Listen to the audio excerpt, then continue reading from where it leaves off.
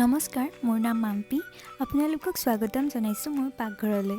আজি আমি বনাবলৈ লৈছোঁ কেঁচা আমৰ টেঙা মিঠা চাটনি বা ইয়াক ক'ব পাৰোঁ আমি জেলি।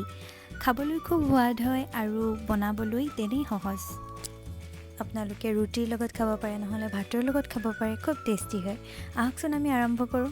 প্ৰথমতে মই এটা কেঁচা ডাঙৰ অলপ আম বাকলিখিনি গুচাই লৈছোঁ আৰু এতিয়া মই এইখিনি চকলিয়াই লৈছোঁ। চকলিয়াই লোৱাৰ পিছত মই এইখিনি একেবাৰে সৰু সৰুকৈ কাটি লৈছোঁ, পাতল পাতলকৈ, যাতে এইখিনি খুব সোনকালে সিজে। এয়া চাওক, এইখিনি মোৰ কটা হৈ গৈছে।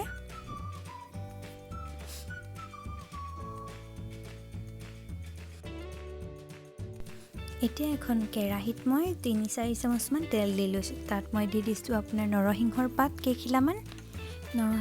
কেইখিলামান ফুটিবলৈ আৰম্ভ কৰিছে। তাত মই দি দিছোঁ জিৰা 1 চামুচমান, আজৱাইন আধা চামুচমান, লগত মই দিছোঁ ক'লা সৰিয়হৰ গুটি কেইটামান আৰু অকণমান পাঁচফোৰণ।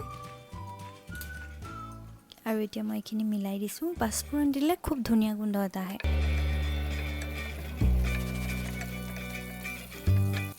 এতিয়া মই ইয়াত দিছোঁ অকণমান চাট মছলা আৰু অকণমান ধনিয়া পাউডাৰ দিলে গোন্ধটো ধুনীয়া ওলায়। এতিয়া মই কটা আমখিনি ইয়াত মিক্স কৰি দিছোঁ।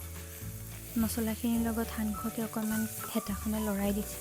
আৰু ইয়াত মই দিম অকণমান কাশ্মীৰী ৰেড চিলি পাউডাৰ, কালাৰটো ধুনীয়া আহিবলৈ, আৰু অকণমান হালধি, লগতে নিমখ অকণমান দিম। নিমখ তেনেই অকণমান ইউজ কৰিব, কাৰণ এইটো আমাৰ মিঠা জেলি হ'ব বা চাটনি বুলি ক'ব পাৰি। মিঠা চাটনি বা মিঠা জেলি হ'ব। সেইকাৰণে ইয়াত মই গুড় দিছোঁ 2 চামুচ। আপোনালোকৰ আমৰ সোৱাদ অনুসৰি গুড়টো দিব। কিছুমান আম বহুত টেঙা থাকে, মোৰ আমটো যথেষ্ট মিঠা, সেইকাৰণে মই গুড় 2 চামুচ দিলতে হৈ গৈছে। আপোনালোকে ডাঙৰ গুড়বিলাক কাটি পিনি সৰু সৰুকৈ দিব পাৰে।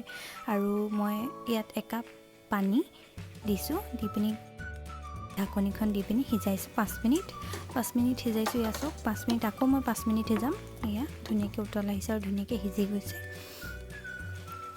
কালাৰো খুব ধুনীয়া আহিছে। আৰু মই ইয়াত দিছোঁ জ্বলাৰ কাৰণে চিলি ফ্লেক্স, জলকীয়া গুড়ি খুন্দি থোৱা আছিলে, তাৰ অকণমান আধা চামুচমান দিছোঁ। আপোনালোকে বেছিও দিব পাৰে যদি জলকীয়া খাই বেছি ভাল পায়। মই কমকৈ ভাল পাওঁ, সেইকাৰণে মই আধা চামুচেই দিছোঁ ইয়াত। এতিয়া এইখিনি মই মিক্স কৰি দিছোঁ আৰু আপোনালোকে চাব পাৰে সিজিলে নে নাই। এনেকৈ 10 মিনিটৰ পিছত এয়া চাওক, খুব ধুনীয়াকৈ সিজি গৈছে আমখিনি। আৰু মই এতিয়া এই হেতাখনেৰে আমখিনি হেঁচি ভাঙি দিম, কাৰণ আমখিনি যথেষ্ট ধুনীয়াকৈ সিজিছে যথেষ্ট। এতিয়া মই এই হেতাখনেৰে ভাঙি দিলে খুব ধুনীয়া হৈ যায়।